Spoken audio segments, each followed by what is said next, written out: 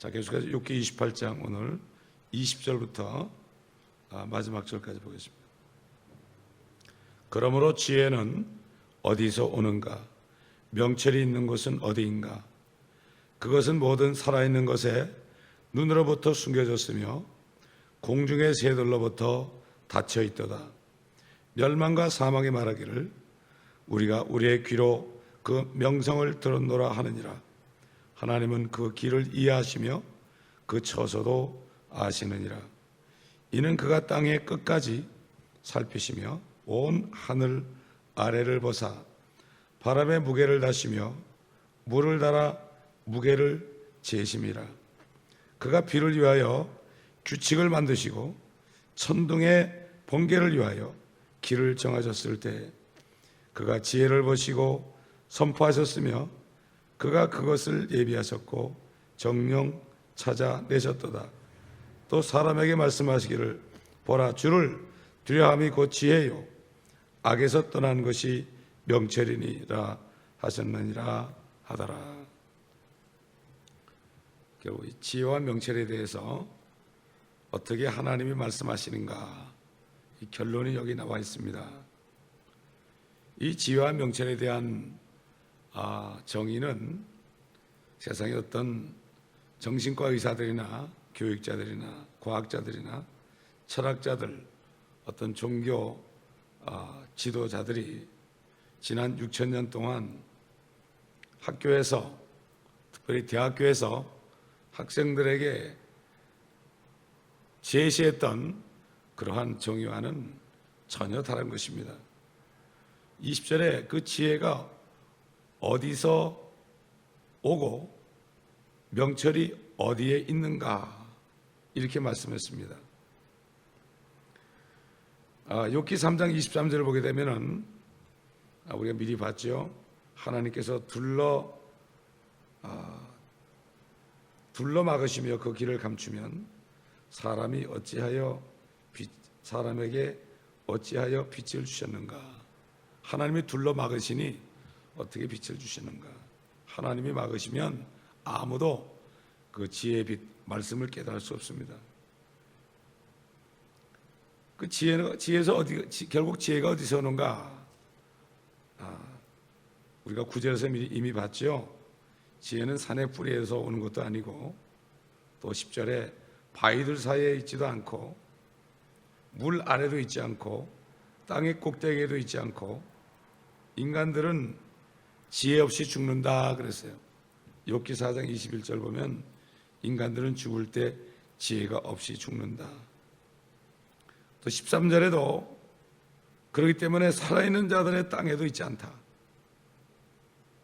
죽음은 계시록 6장 8절에서 적그리스도가 나타날 때 그 뒤에 사망과 지옥이 따른다고 그랬죠. 또 계시록 9장 11절에도 아바돈과 아볼론이라는 이름으로 적그리스도 나타나죠. 그래서 멸망이다 이렇게 나타납니다. 결국은 인간으로 나타나는 멸망과 사망은 지혜와 명철에 대해서 우리에게 줄 수 없습니다. 앞으로 온 세계를 통치할 적그리스도도 그가 아무리 마귀로부터 능력을 받았을지라도 지혜와 명철에 대한 비밀에 대해서는 어느 누구에게도 어떤 단서를 줄 수가 없습니다. 뉴 아메리칸 스탠다드 버전이라는 성경이 있어요. 1901년에 아메리칸 스탠다드 버전을 저 로마 교회가 결국 개정을 해서 킹제임스 성경을 바꿨습니다. 그때부터 미국이 영적으로 어두워지기 시작했어요. 또 그 다음에는 그 아메리칸 스탠다드 버전을 뉴 아메리칸 스탠다드 버전으로 바꿨어요. 또 개정을 했어요. 거기 보면은 욥기 28장에 있는 여러 가지 말씀들, 그것들을 하나님 대신에 광부로 바꿔놨어요. 광부로. 무슨 뭐 금을 캔다고 그러니까 그게 하나님이 아니고 광부로 바꿔놨어요. 세상에 그런 식으로 믿어지지 않으니까요. 그렇게 얘기했어요. 여기 23절을 보니까 하나님은 그 길을 이해하시며 그 처소도 아시느니라. 자기들이 그걸 광부로 바꿔놨으니까 광부처럼 아무리 캐봐도 사람이 쓴 책을 아무리 캐봐도 도서관을 아무리 뒤져봐도요, 그것은 알 수 없습니다. 어떻게 광부가 석가 곡괭이 같은 걸 가지고요, 바위를 파고 그냥 거기서 물을 내고 그런다 할지라도 어떻게 지와 명체를 발견할 수 있겠습니까? 알 수가 없죠. 저 중세 암흑시대에 그 로마교회 탄젤름이라는 사람이 있었어요. 그 사람은 그래도 그 당시에 설교를 잘했다고 해요. 그런 사람이 있었는데 하나님께 기도를 했대요. 자신에게 성경에 대해서 가르쳐줄 사람이 누군가 좀 보내달라고 기도했대요. 왜냐하면 그 당시에는 성경을 얻는 것이 거의 불가능했어요. 중세 때는 말이죠. 그것만 보면 다 죽였거든요. 그래서 결국은 그가 새벽 1시쯤 돼가지고 밤 12시에 그런 기도를 하고 새벽 1시쯤 돼가지고 그 성당의 커다란 횃불 옆에 웅크리고 있는 거지를 만났어요. 거지를 만나가지고 거지에게 How are you? 이랬단 말이에요. My friend 그랬어요. 잘 지내는가? 그러니까 거지가 저는 항상 잘 지냅니다. 그런데 그가 뭐라는가 하면은 그 하나님께서 당신을 지옥에 던져버리는 것이 하나님을 기쁘게 하는 일이라면 자네는 어떻게 하겠는가? 이렇게 물었어요. 그러니까 뭐라는가 하면은 하나님이 없는 하늘나라보다는 그분이 계신 지옥에 있는 편이 더 행복할 것입니다. 이렇게 대답을 했어요. 그러니까 그때 그 탄젤림이라는 사람은 자기가 그런 기도를 했잖아요. 나에게 와서 성경을 가르쳐 줄 사람을 보내달라고 그랬잖아요. 그걸 까맣게 잊어버렸어요. 까맣게 잊어버리고 또 물었어요. 근데 자네는 누군가? 그랬어요. 그러니까 그 거지가 뭐라는가 하면 나는 왕입니다. 그랬어요. 그럼 자네 왕국이 어디 있는가? 그러니까 여기 있습니다. 그러면서 자기 가슴을 가르쳤어요. 그러니까 그가 자네는 언제 그걸 찾았는가? 왕국을. 그러니까 뭐라는가 하면 내가 지혜를 찾아 사람들에게 가는 것을 그만두고 곧장 하나님께로 갔을 때 내가 그 하나님의 왕국을 찾았습니다. 이렇게 얘기했다는 거예요. 하나님께서는 그에게 거지를 통해서 성경 공부를 시켰다 이런 얘기예요. 오늘날 사람들이요 성경을 안 가고 사람들의 말을 들으려고 그래요. 이게 오늘날 시대입니다 지금. 자, 본문에 들어가서 24절에 보니까 이는 그가 땅의 끝까지 살피시며 온 하늘 아래를 보사 그랬습니다. 그는 하나님이지 석탄 광부가 아닙니다. 아까 얘기한 것처럼 광부를 바꿔놨단 말이에요. 그를 기가 막히죠. 신학자들이 이게 거듭나지 못하기 때문에 이렇게 하는 거예요. 보통 문제가 아닙니다 이게. 자, 하나님께서는 바람의 무게를 나신다. 바람의 무게를 나신다. 25절에 또 물을 달아 무게를 재신다 그랬습니다. 우리 다 같이 시편 135편 7절을 보겠습니다. 그는 땅의 끝들에서부터 안개들을 일으키시며 비를 위하여 번개를 만드시고 그의 보물 창고들로부터 바람을 가져오시는도다. 예수님이 그랬죠. 바람이 불어도 어디로 와서 어디로 가는 것을 모르는 것처럼 사람들은 모른다 이거죠. 근데 여기 시편에 보면은 그의 보물 창고로부터 바람을 가져오시는도다. 심지어는 눈과 우박 창고가 있다 그랬죠. 이거 과학자들이 믿겠습니까?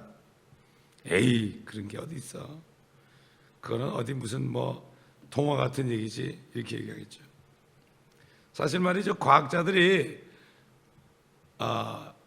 17세기 중반까지만 해도요, 공기가 무게가 있다는 것을 알지 못했어요. 공기가 무게가 있는 게 아니라고 생각했어요. 근데 무게가 있다는 거예요. 여기 성경에 나오잖아요. 바람의 무게를 다시며, 바람 속에 공기가 있잖아요. 바람의 무게를 다신대. 근데 지금은 알게 됐죠. 근데 17세기 중반만 해도 어떤 과학자도 몰랐어요. 그러니 지금 과학자들이 발견하지 못한 게 얼마나 많아요. 그게 이 욥기에 있단 말이에요. 욥기에. 근데 안 믿으려고 그래요. 안 믿으려고 그래요. 결국은 아무리 그들의 그 과학자들이 명성이 크고 성경을 이렇게 믿지 않는다, 바람의 무게를 잰다, 이게 옛날 얘기거든요. 이게 옛날 철학자들이 나기 수백 년 전, 엄청나게 오래전. 그러니까 지금부터 결국 한 4,000년 전, 그때 벌써 성령께서 가르쳐줘 가지고 이렇게 고백을 했는데, 지금 아무리 뭐 박사가 있고 과학자랄지라도요, 이 성경을 버리면은 지혜와 명철이 없다는 증거일 뿐입니다. 지금은 모르죠. 지금은 지금까지 발견된 것만 가지고 자기들이 군림하지만은, 그러나 성경에 보면은 하나님이 아직도 과학자들이 모르는 것이 많이 있는데 이것을 믿지 않습니다. 이걸 믿지 않아요. 아마 이것을 믿고요, 기도하면은 하나님이 지혜를 주셔가지고 엄청난 과학이 더 발전될지도 모르죠. 그래서 지금까지 우주공학자들 중에서 크리스찬을 통해서 사람이 풀지 못하는 그러한 것들이 풀렸다고 그래요. 저는 그 간증을 어떤 책을 통해서 읽은 적이 있습니다. 그렇기 때문에 여기 보면은 25절, 물을 날아서 무게를 재신다. 물을 날아서 무게를 재신다. 소금을 어떻게 얻습니까? 이미 벌써 염전을 할 수 있다는 것을 여기 얘기한 거예요. 소금을 얻으려면 어떻게 되죠? 햇볕에 쬐게 되면 어떻게 해요? 물이 증발되잖아요. 근데 물이 증발되는데, 물이 증발될 때 물 속에 소금이 있나요? 소금기는 하나도 없고 물만 증발되잖아요. 희한하지 않아요? 소금물이면 같이 증발돼야 될 거 아니에요. 소금만 남고 물만 증발된단 말이죠. 그래가지고 그 물이 올라갔다가 어떻게 와요? 다시 지상으로 내려오죠. 비가 되는 거예요. 만약에 소금까지 올라갔다가 비로 오면 우리 소금비 맞아야 되잖아요. 소금비. 짠물은 바닷물 얘기하는 거예요. 바닷물은 공기에 800배 무게가 나간다요. 그러니까 결국 이 짠물을 위로 올라가게 할 수 없죠. 하나님은 이렇게 만든 거예요. 그래야만 소금을 채취해가지고 사람들 몸에 필요한 걸 섭취할 거 아닙니까? 하나님이 이런 분이에요. 그래서 물을 증기를 만들어가지고 소금을 제거하는 거죠. 그렇게 되면은 이 수증기는 말이죠, 공기의 무게의 8분의 1이 되는 거예요. 그러니까 자동적으로 올라가죠. 위로. 그렇잖아요. 무게가 공기보다 8분의 1밖에 안 되니까 수증기가 하늘로 올라가게 한 거예요. 하나님이. 그거 누가 그랬어요? 과학자들이 그랬나요? 하나님이 그랬죠. 그렇기 때문에 소금기 없는 물이 떨어지는 거죠. 그래가지고 바람과 물이 무게가 재어져 가지고 이 성경대로 이 지구가 적절하게 균형을 유지한대요. 그러니까 하나님 덕분에 사는 거예요. 이 물 수면이나 산 꼭대기에 공기가 있잖아요. 그렇죠? 공기가 있는데 그 공기가 질소가 한 79 정도 되고 산소가 21 정도 된대요. 사람 보면은요, 산소도 필요하고 질소도 필요해요. 너무나 질소가 많아도 안 돼요. 산소가 너무 많아도 안 돼. 이 사람이 몸이 산소게 되면 병이 걸리잖아요. 질소가 많아도 죽어요, 사람들이. 질소와 산소가 적당하게 한 8:2 비율로 돼야 돼요. 하나님이 그렇게 하신 거예요. 근데 만약에 이 비율이 깨지면 어떻게 되느냐? 질소가 더 많아지면요, 그렇게 되면 어떻게 되냐면은 사람들이 질식을 해요. 그 다음에 또 이게 또 잘못돼 가지고 질산이라는 거죠. 질산이 나오게 되면은 지상에 있는 모든 사람들이 완전히 미쳐버린대요. 그리고 그 공기를 어떻게 마시고 살겠어요? 하나님이 이렇게 다 조정해 놓은 거예요. 근데 이게 발견됐잖아요. 지금 이게 발견됐는데도 이 성경에 있는 것을 가지고 깨달아서 하나님께 감사하지 못하는 거예요. 하나님이 바람의 무게를 다시고 물을 달아 무게를 재심이라, 이걸 인정 안 하는 거예요. 그러니까 이렇게 비를 위한 규칙도 있고 또 비는 하나님의 규칙에 복종하게 되어 있는 거죠. 또 빛의 길이 있는 것처럼 번개와 천둥에도 길이 있다는 거죠. 26절에 그가 비를 위하여 규칙을 만드시고 천둥의 번개를 위하여 길을 정하셨다. 천둥 번개가 가는 길이 있다는 얘기예요. 그러니까 이거를 이제 발견한 게 어떻게 되어 있죠? 수십억의 양전자가 번개를 동반한 그 뇌저군, 뇌가 있는, 우레가 있는 그 구름 있잖아요. 비구름. 근데 땅을 막 달릴 때 그게 서로 마주치면은 거기서 그냥 전자들이 전기를 일으켜 가지고 터널식으로 그냥 우레가 나가지고 번개가 탁 치게 되죠. 그러면 땅을 탁 치게 되잖아요. 1000분의 1초 만에 그냥 이게 치는 거예요, 이게. 그래가지고 벼락을 맞는 사람 있지 않습니까? 이게 결국은 하나님이 비를 위하여 규칙을 만드셨고 천둥의 번개를 위하여 길을 정하셨다. 이게 과학자들에 의해서 지금 발견될 뿐이에요. 이게 과학입니다. 결국 하나님의 말씀 안에 있는 지혜는 이게 사람들이 찾아낸 과학 속에 조금 있어요. 그런데 이 사람들은 하나님을 믿지 않아요. 이게 믿지 않습니다. 옛날 느부갓네살이 다니엘의 하나님을 인정하면서도 그분을 믿지 않는 것처럼 과학자들이 하나님이 만들어 놓은 이 모든 지혜의 법칙을 깨달았으면서도 하나님을 믿지 않습니다. 그러니까 그들은 결국은 지혜의 성령을 받을 수 없는 거죠. 진정한 지혜가 뭡니까? 영원한 생명을 받는 거예요. 그렇지 않습니까? 진짜 사람들이 말이죠, 죽지 않고 영원히 살 수 있는 그러한 길을 찾아낸다면 이게 진짜 지혜 아닙니까? 이게 진짜 과학 아니에요? 그러니까 지혜의 끝에 가면은 영원한 생명이 있는 거예요. 영원한 생명이 있는 거예요. 그래서 지금 결국은 뭐 줄기세포를 연구해 가지고 짐승들을 복제하고 사람까지 복제한다고 그러잖아요. 그래 가지고 마치 사람의 모든 올간들, 내장들이 잘못되면은, 기관들이 잘못되면은 마치 자동차의 부품이 고장내면은 새로 가는 것처럼 그렇게 해서 좀 영원히 살 수 있지 않을까 그렇게 한다잖아요. 그건 이제 하나님께서 오셔야죠. 그러니까 인간들이 하나님의 창조의 법칙에 지금 도전하고 있지 않습니까? 지금 바로 바벨탑을 쌓는 거예요. 맨날 니므롯이 바벨탑을 높이 쌓아가지고 하늘 높이 쌓아가지고 그걸 보고 절대로 우리 흩어지지 말고 단결하자, 하나님을 타협하자는 얘기죠. 하나님께서 언어를 혼잡시켜가지고 다 흩어지게 했잖아요. 하나님의 뜻은 다 흩어지라고 그러죠. 땅에 다 충만하라고 그러는데 인간들이 하나님을 배반했던 거죠. 자, 그래서 결국 28절에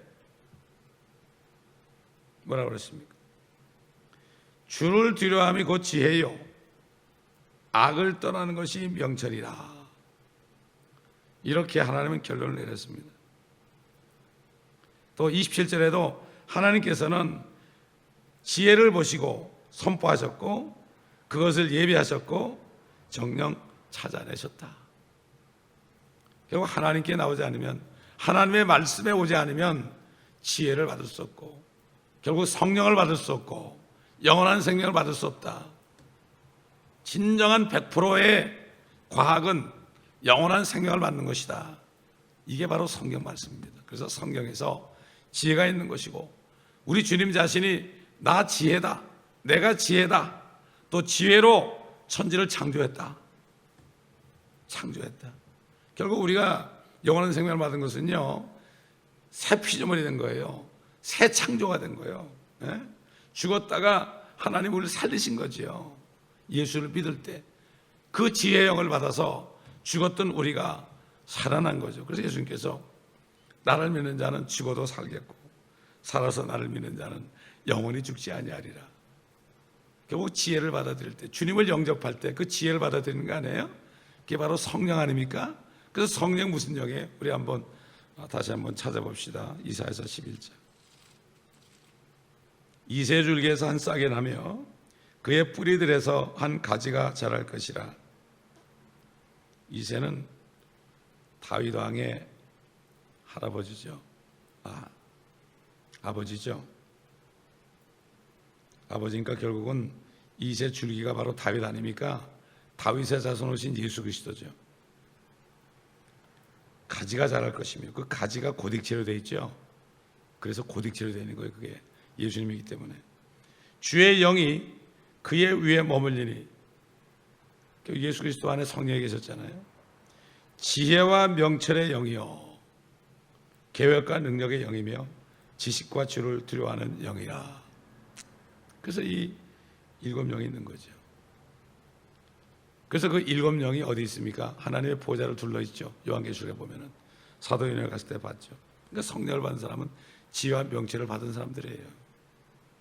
영원한 생명 안에 그게 있는 거죠.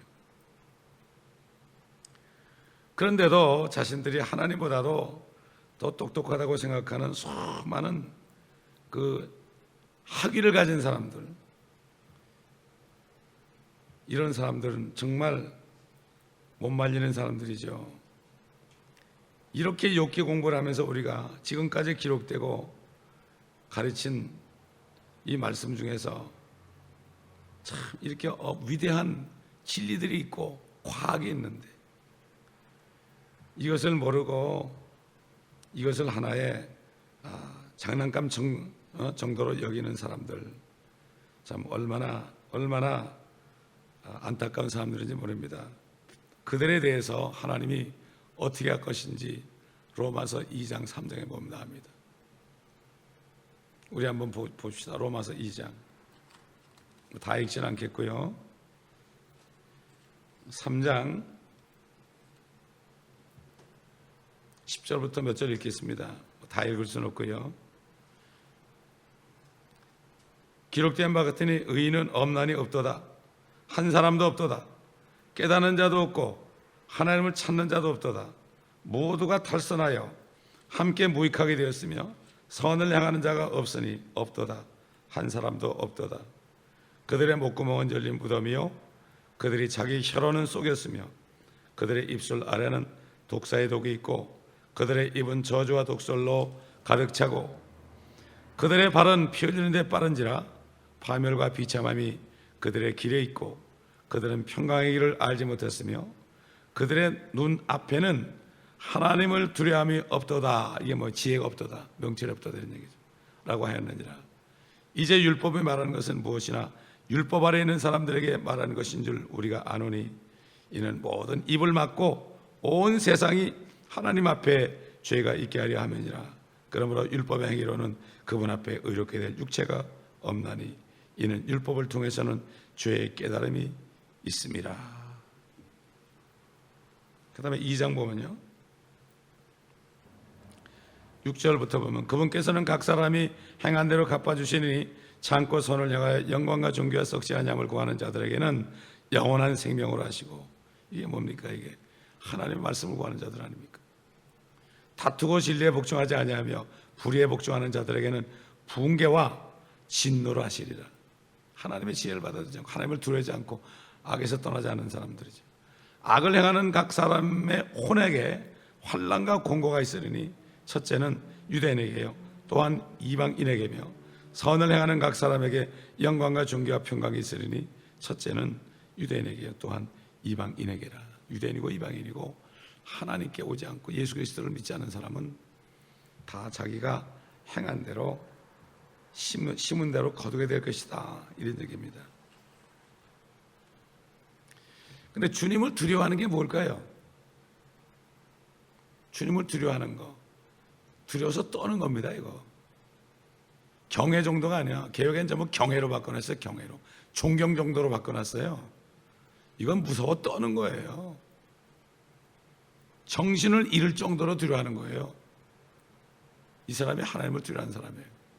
옛날 암몬 모압 세일산이 여호사밧 왕 때 유대를 치러 왔죠. 근데 하나님께서 천사를 보내가지고 싹 죽였습니다. 이게 소문이 나니까 그 유대인들은 그냥 찬송만 했어요. 근데 하나님이 다 죽였어요. 서로 다 쳐 죽이겠다고요. 이 얘기를 듣고 그냥 이방 나라 사람들이 벌벌 떨었습니다. 이게 하나님을 두려워하는 거예요. 자기들도 언제 그렇게 될지 모른다 이거죠. 언제 죽을지 모른다. 호되게 혼인한 사람들, 죽을 꼬비를 넘긴 사람들 있잖아요. 이래가지고 하나님을 두려워하는 사람. 또 옛날 시내산에 하나님이 막 내려오실 때요, 천둥 번개가 치고 막 그냥 돌이 떨어지고요. 그때 사람들이 죽을까 봐 두려워했어요. 모세에게 절대로 못 오르게 해라, 내가 그들을 내칠까 함이라고 그랬습니다. 그들은 봤어요. 눈으로 막 그냥 불이 막 있고요, 천둥이 치고요, 번개가 치고 막 돌이 굴러 내려오고 말이죠. 이런 것을 봤어요. 그래서 막 두려워했어요. 이게 하나님을 두려워하는 겁니다. 결국 그럴 때에 사람들에게도 나타나요. 야, 이 사람 정말 하나님을 두려워하는구나. 두려워하는구나. 결국 인간을 두려워하지 않고 하나님을 두려워하는 겁니다. 이게 바로 하나님을 두려워하는 사람은요, 반대로 하나님께 벌벌 떨어요. 말씀 앞에 벌벌 떨지만 사람 앞에서는 담대해요. 근데 사람 앞에 벌벌 떠는 사람은 하나님을 두려워하는 사람이 아니에요. 몸은 죽여도 혼을 죽이지 못하는 사람을 두려워하지 말고, 몸을 혼과 함께 둘 다 지옥에 던지는 그분을 두려워하라고 그랬죠. 근데 요즘에 하나님을 두려워하는 사람이 별로 없어요. 별로 없습니다. 그래서 악에서 떠나는 것이 뭡니까? 이게 명철이라고 그랬죠. 탕자가 그 아버지를 떠나가지고요, 다 탕진하고서 세상에 나가서 뭘 받습니까? 악을 받죠. 아, 내가 이제 아버지 집에 가야 되겠구나. 그저 아버지 집에 가서 나를 종의 하나로 여겨달라고 그래야 되겠구나. 나는 아들 자격이었구나. 이게 바로 명철이다 이거죠. 그러니까 죄와 하나님의 관계를 보면서요, 그 죄에서 떠나는 거죠. 옛날에 그 다윗이 말이죠, 간음죄를 짓고 또 간접적으로 자기 부하를 죽게 했잖아요. 살인했잖아요. 그랬을 때 그 나단 선지자를 통해서 그 죄를 지적한 소리를 들었을 때요, 얼마나 그가 회개했습니까? 시편 51편에 나오잖아요. 지은 죄 때문에 하나님 앞에서 얼마나. 그래서 다윗은 그 다른 시편에 보면은 침상에 잘 때요, 눈물을 너무 흘려가지고 눈물이 자기 요를 적신다고 그랬어요. 이게 악에서 떠나는 사람이에요. 철저한 회개라는 거죠. 이게 바로 명철입니다. 이게 바로 명철입니다. 그러니까 죄에서 떠나지 않고 계속 죄를 짓고 입으로 죄를 짓고 행동으로 죄를 짓고 이런 사람들은요, 명철이 없는 사람이에요. 우리 잠언 13장 19절 보겠습니다. 소망이 성취되면 혼에 달지만 악에서 떠나는 것은 어리석은 자들에게 가증한 것이니라. 악에서 떠나잖아요. 어리석은 자들의 가증이에요. 처음에 예수 그리스도를 믿고 거듭나면은 제일 먼저 되게 남자들은 술 담배 끊잖아요. 그러면 술 친구들한테는 가증한 게 돼요. 아주 바보 취급당한다고요. 그 막 놀리잖아요. 억지로 술을 먹게 하려고. 어리석은 자들은 가증한 거예요. 상대적인 거 아니겠습니까? 그러므로 그리스도의 이름을 부르는 사람은, 또 그리스도인이라고 불리는 사람은 누구나 죄에서 떠나야 됩니다. 디모데후서 2장 19절 보겠습니다. 디모데후서 2장 19절. 그러나 하나님의 기초는 확고히 서 있고 이러한 봉인이 있으니 곧 주께서는 자기에게 속한 자들을 아시며 또 그리스도의 이름을 부르는 자는 누구라도 죄악에서 떠나라는 것이라. 떠나야 되는 거예요. 그렇기 때문에 우리는 믿지 않는 사람들은 다 백보자 심판석에 서죠. 그러나 우리는 그리스도의 심판석에 섭니다. 선이든지 악이든지 행한 대로 심판을 받습니다. 우리가 한 말까지도 다 짚고 와야 됩니다. 예수님과 직접적으로 보고 드려야 되는 거예요. 그때 무엇으로 심판합니까? 하나님의 말씀으로 심판합니다. 내가 심판하는 게 아니다. 내가 한 말이 너를 심판할 것이다. 일단 이게 법이 제정됐기 때문에요, 하나님도 이걸 바꿀 수 없는데 인간들이 막 바꿔요. 이거를 인간들이 바꿔요. 우리가 인터넷에다가 설교문을 냈더니 그리고 우리는 킹제임스 성경을 쓰는데 이 킹제임스 성경이 가장 정확한 성경이다, 그렇게 했더니 어떤 사람이 뭐라는가 하면 아주 비웃으면서 성경이 뭐 다 정확해, 얼마나 오류가 많은데 놀고 있네, 이렇게 써놨어. 참 불쌍하더라고. 누군지 몰라. 한 사람이 그래서 한 사람이 참 너무나 불쌍하더라고. 근데요, 지금 많은 주의 종들 가운데서도 성경에 오류가 있다는 사람이 엄청나게 많습니다. 지금. 인간의 생각으로 해요. 사람이 썼으니까 오류가 있겠지. 전능하신 하나님을 믿지 않아요. 아니, 하나님의 말씀도 보존 못하면, 지금까지 하나님의 말씀이 흑도관에서 7번 단련된 은가또다. 히브리말, 헬라말, 아랍말, 라틴말, 독일말, 영어, 그 다음에 모든 한국말 표현해서 7번 이렇게 해가지고 우리 손에까지 왔잖아요, 이게. 그러니까는 특히 중세 때는 이 킹제임스 성경 말씀이 이 영어 성경으로부터 모든 언어로 번역돼야 되니까 이것만 가지고 있으면 다 죽였거든요. 예를 들어서 그 유클리프 같은 사람, 그 사람은 화형을 당했잖아요. 화형을 당했는데 나중에 또 유고를 파내가지고 또 한 번 화형을 했어요. 그 유클리프 선교회가 있는데 그 사람들은 언어가 없는 미개한 지역에 가가지고요, 한 30년, 40년을 살면서 그 소리, 그들의 그 글은 없는데 말은 있잖아요. 그 말을 들어가지고 뜻을 다 파악해서 그들의 언어를 만들어주고, 그 다음에 그것을 가지고 성경을 번역해서 성경을 만들어주고 평생을 다 보냈습니다. 그런 사람들 지금도 있어요. 지금도 흑도관에서 7번 단련된 은같이 지금도 하나님의 말씀이 단련을 받고 있습니다. 특별히 뭐 한국교회는 전능하사 천지를 만드신 꼭 고백하잖아요. 근데 전능하사만 천지를 만드신, 그런데도 믿질 않아요. 이건 거짓말하는 거예요. 예배드리러 와가지고 거짓말하는 거예요. 그 예배드리러 와서 죄를 짓고 있단 말이에요. 얼마나 가증한 것입니까? 너희가 입술로는 나를 존경하지만 너의 마음은 내게서 멀도다. 이게 바로 오늘날 현실입니다. 그래서 성경을 다 읽고 배우지 않으면 안 되는 거예요. 그래서 그 신학교들이 성경을 안 가르치고 신학을 많이 가르치잖아요. 앞으로 우리는 성경학교를 할 건데 보니까 성경학교 할 준비를 다 해놨어요. 하나님이 지난 17년 동안. 예수님이 제자들에게 말씀 가르쳤지 뭐 다른 종교 지도자들 말을 하나하나 얘기하면서 그들을 욕했나요? 그냥 진리만 가르치면 되는 거예요.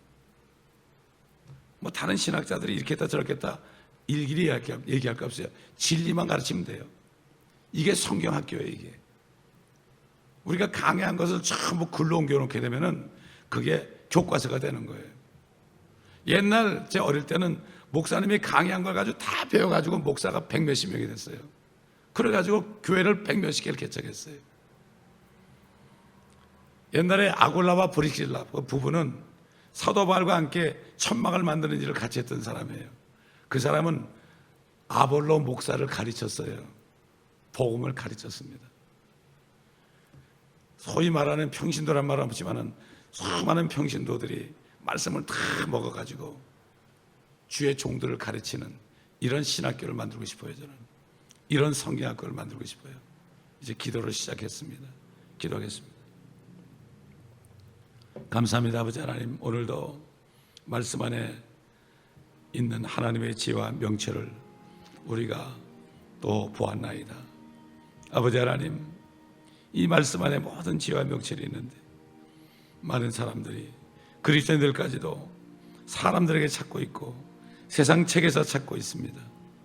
아버지 하나님, 한 권밖에 없는 안 주신 이 성경 말씀, 흑독안에서 7번 단련된 은처럼 수천 년 동안 아버지 하나님, 이 말씀이 박해를 받고 중세 때는 이 말씀을 가진 사람을 모조리 찾아 죽였는데, 그런데도 우리 손에 7번째로 영어로부터 한국말로 번역된 이 말씀을 우리에게 주셨는데 얼마나 감사한지요. 이 말씀이 없었다면 우리는 사람들 쳐다보다가, 세상 쳐다보다가 낙심하고 아버지 하나님 지혜 없이 죽어서 지옥으로 갈 수밖에 없었는데, 주님께서 우리에게 말씀을 통해 지혜를 주셔서 지혜의 창조자이신 예수 그리스도를 알게 하시고 믿어서 영접하여 성령을 받아 지혜의 영과 명철의 영을 받아서 이 말씀들을 깨달을 수 있도록 인도하신 것을 감사합니다.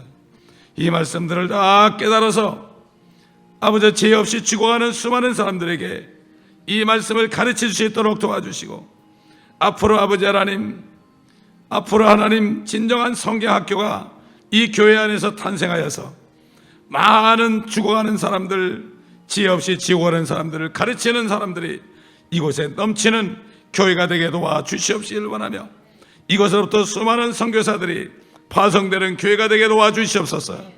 한인들뿐만 아니라 다른 민족에게도 이 바른 말씀을 가르치는, 지혜와 명철의 말씀을 가르치는 많은 종들이 나타나게 도와주시옵시고, 영어권에 있는 아이들도 이곳에서 아버지 하나님이여 말씀을 배워서 그들을 통하여 다른 민족에게 복음이 증거될 수 있도록 도와주시옵소서. 아버지 하나님, 그러므로 이 일을 이루시옵소서. 지난 17년 동안 준비하셨사오니 이 일을 이룰 사람들을, 종들을 보내주시옵시고, 우리 교회에 있는 종들을 먼저 사용하셔서 역사하시고 주님 영광 받아 주시옵소서. 감사드리며 우리 주 예수 그리스도의 이름으로 기도드립니다. 아멘.